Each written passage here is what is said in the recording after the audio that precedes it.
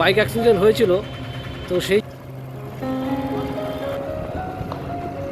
নমস্কার বন্ধুরা, আরও একটি নতুন ব্লগে আপনাদের স্বাগত জানাই।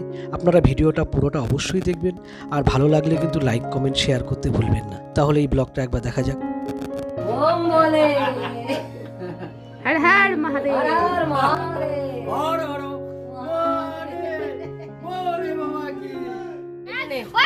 আমার সত্যি কথা বলতে যে আজকে হোলির দ্বিতীয় দিন, মানে প্রথম দিন ছিল বসন্ত উৎসব, আর আজকে হচ্ছে হোলি। এই হোলি উপলক্ষে আমি কিছু বলছিলাম, আমাকে বলাটা থামিয়ে দিল, আমি জানি না কেন।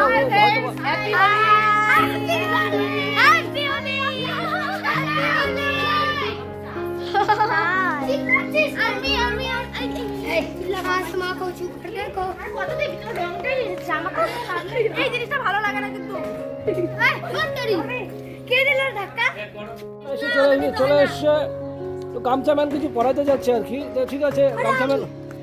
ও আচ্ছা, ও ব্লগে আসতে যাচ্ছে, ঠিক আছে, পুরো ব্যাপার না, সবাই আসবে কিন্তু। অবস্থাটা কেমন আছে? ঠিকই শম্ভু, হ্যাঁ বেশ ভালো সাজিয়েছে তোমাকে, বেশ ভালো লাগছে।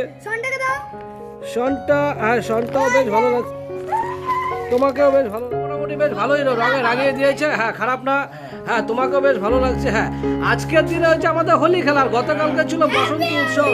হ্যাঁ হ্যাপি হোলি, বিরাট বড় বড় টিম সব রেডি হয়ে গেছে, পিঙ্কিও চলে এসছে। হ্যাঁ হোলি মানে আজকের দিনটা সত্যিকারের হোলি খেলা আর কি। হ্যাঁ দেখি এরা কারা, আরে কারা এরা? বলে সাই আমি এরা গুড্ডু, আরে এদিকে তাকাও।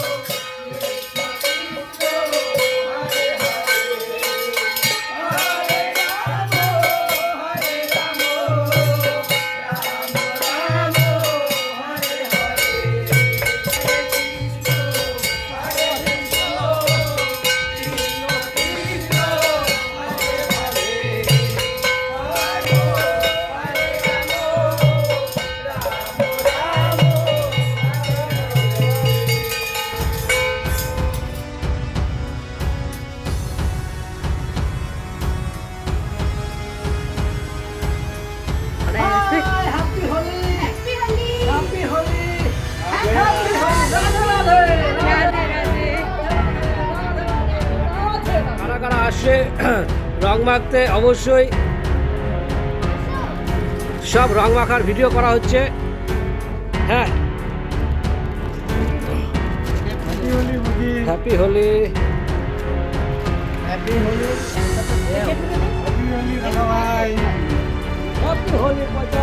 হ্যাপি হোলি।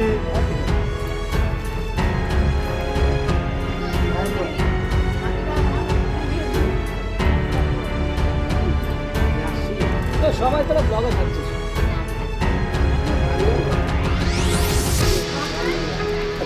না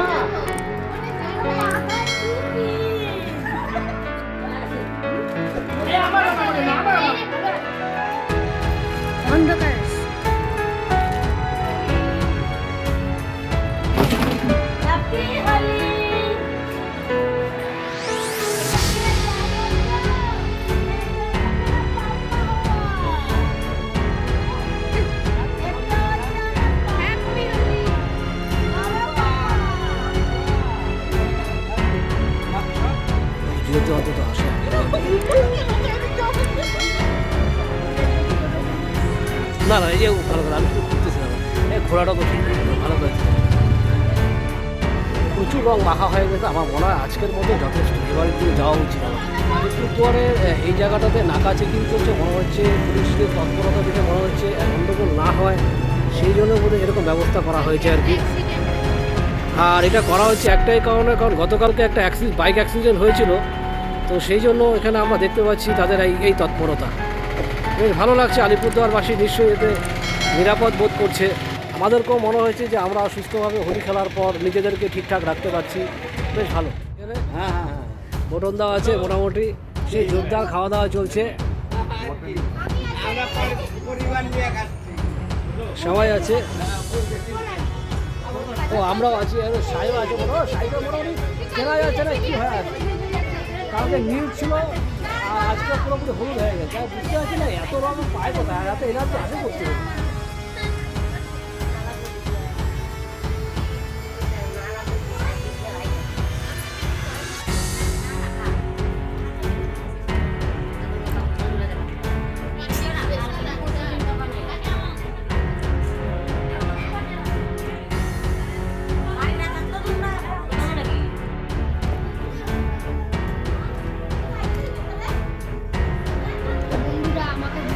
বন্ধুরা আমাকে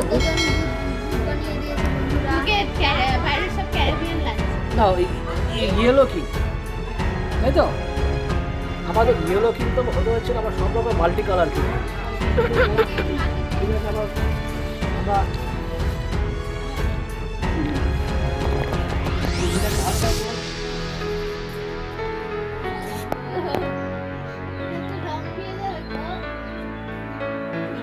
ঠিক আছে চলবে, নিজের ছোটটাকে ভিডিওটা করছে, তার ছোটটা দেখানো এটা ঠিক আছে। তাহলে বন্ধুরা চলুন, তাহলে এই হোলির দিন এখন প্রায় 3:30 পার করে গেছে। আলিপুরদুয়ারের প্রায় মধ্যভাগ অংশটা, যেটা অন্তত আমাদের বলা হয় যে ওয়ার্ড নাম্বার 4 এবং 6কে কাভার করেছে এই আলিপুরদুয়ার শহরের, সেই রাস্তাটা দিয়ে সোজা আপনি যদি চলে যান তাহলে আলিপুরদুয়ার ইউনিভার্সিটির দিকে পৌঁছে যেতে পারবেন। তাহলে সেই রাস্তাটা দিয়ে আমরা একবার যাই, আমরা একবার গিয়ে দেখি যে রাস্তাঘাটের অবস্থা কেমন আছে। কারণ মেন রোড দিয়ে আমি যাচ্ছি না, কারণ সেখানে পুলিশের নাকা চেকিং চলছিল, জায়গায় জায়গায় দাঁড়াতে হচ্ছিল, তাই ভাবলাম অলিগলি দিয়েই আমি বাড়িতে পৌঁছানোর চেষ্টা করি। দেখুন কত শান্ত স্নিগ্ধ, ভাবলে অবাক লাগে। একটু কিছুক্ষণ আগেই মানুষের যে হোলি খেলার যে চরম উন্মাদনা, তাদের যে এই রঙের উৎসবে মাতোয়ারা হয়ে ওঠার যে তাদের মধ্যে উৎসাহ ছিল, সেটা কেন যেন যত বেলা গড়ানোর সাথে সাথে আরও অনেকটা স্তিমিত হয়ে আসছিল। প্রকৃতিও যেন শান্ত হচ্ছিল, মানুষের সেই উন্মাদনাটাও যেন ধীরে ধীরে শান্ত হয়ে আসছিল। আমরা এবার মোটামুটি লোহারপুল চলে এসেছি।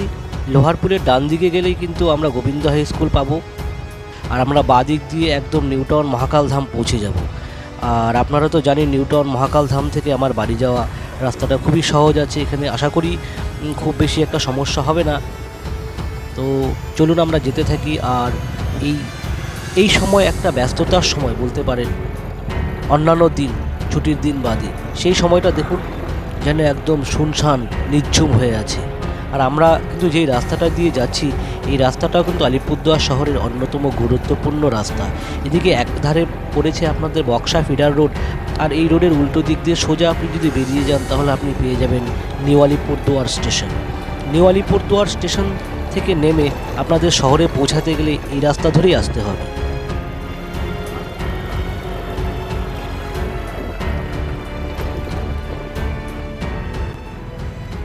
তাহলে মোটামুটি সব রাস্তা কাটিয়ে আমি কিন্তু এবার আমার বাড়ির রাস্তা ধরলাম। যদিও বাড়ির জন্য আমার এটা অল্টারনেটিভ রাস্তা বলা চলে, কারণ এই রাস্তাটি বাঁধের উপরই নির্মাণ করা হয়েছে।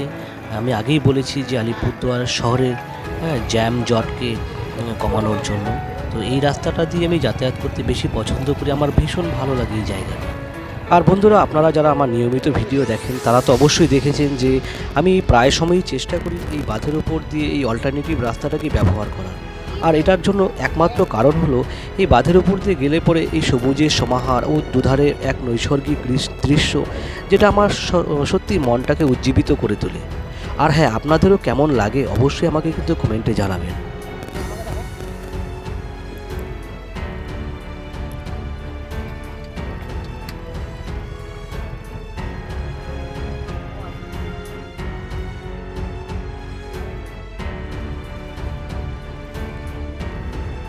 কাকু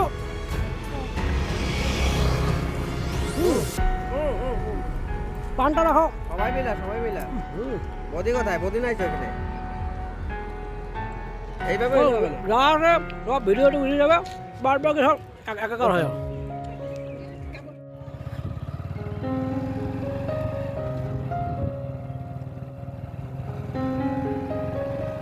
এই যে আমাদের কাজটা, ঠিক আছে, বটল ব্রাশ সেই সুন্দর লাগছে, রোদ্দুর উঠেছে বলে।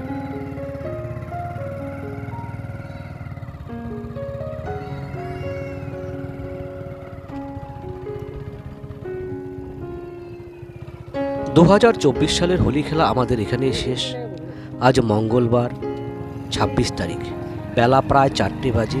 সবাই দেখো নদীতে যাওয়ার জন্য রেডি হয়ে আছে, কারণ আমাদের এখানকার এটাই পরম্পরা।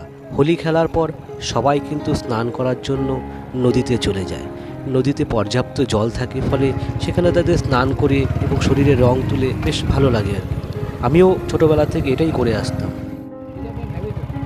তাহলে বাঁধের রাস্তার থেকে আমি আবার আমার পাড়ার রাস্তার দিকে নেমে আসছি। এখান দিয়ে সহজে বাঁধের রাস্তায় ওঠা যায়। আর যেতে যেতে আপনারা দেখতে পাবেন যে রাস্তাঘাটে এখনও কী পরিমাণ হোলির রং ছড়িয়ে ছিটিয়ে রয়েছে। বোঝাই যাচ্ছে এখানে কী পরিমাণ হোলি খেলা হয়েছে। তো যাকে এই ভিডিওটা এটাকে নিয়ে আর বেশি দীর্ঘায়িত করব না। আপনাদের কেমন লাগলো ভিডিওটা অবশ্যই আমাকে কমেন্টে জানাবেন, আর ভালো লাগলে একটা লাইক করে দেবেন। তাহলে আজকের ভিডিওটা এখানেই রাখছি। আমাদের হোলির কিছু স্মৃতির ফটো এর সাথে অ্যাটাচ করে দিচ্ছি, আর ভিডিওটাও এখানে শেষ করে দিচ্ছি। আপনারা ভালো থাকবেন। খুব শীঘ্রই দেখা হবে আরও একটি নতুন ভিডিওতে। ধন্যবাদ।